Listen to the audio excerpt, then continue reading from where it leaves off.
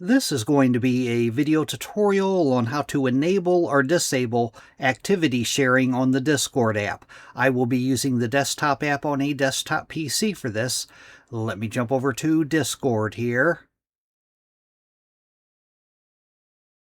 I have the Discord app opened up now. To enable or disable activity sharing, you want to open up Settings. I'm going to go down to the lower left-hand corner, down to my username area, and the little gear wheel. I'm going to click on the gear wheel.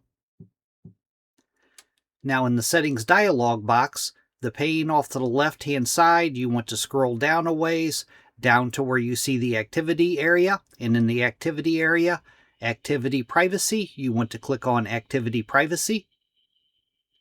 Then on the center pane, right up top here, Activity Sharing. Do you want to share my activity? You can enable it or disable it right here by toggling it on or off.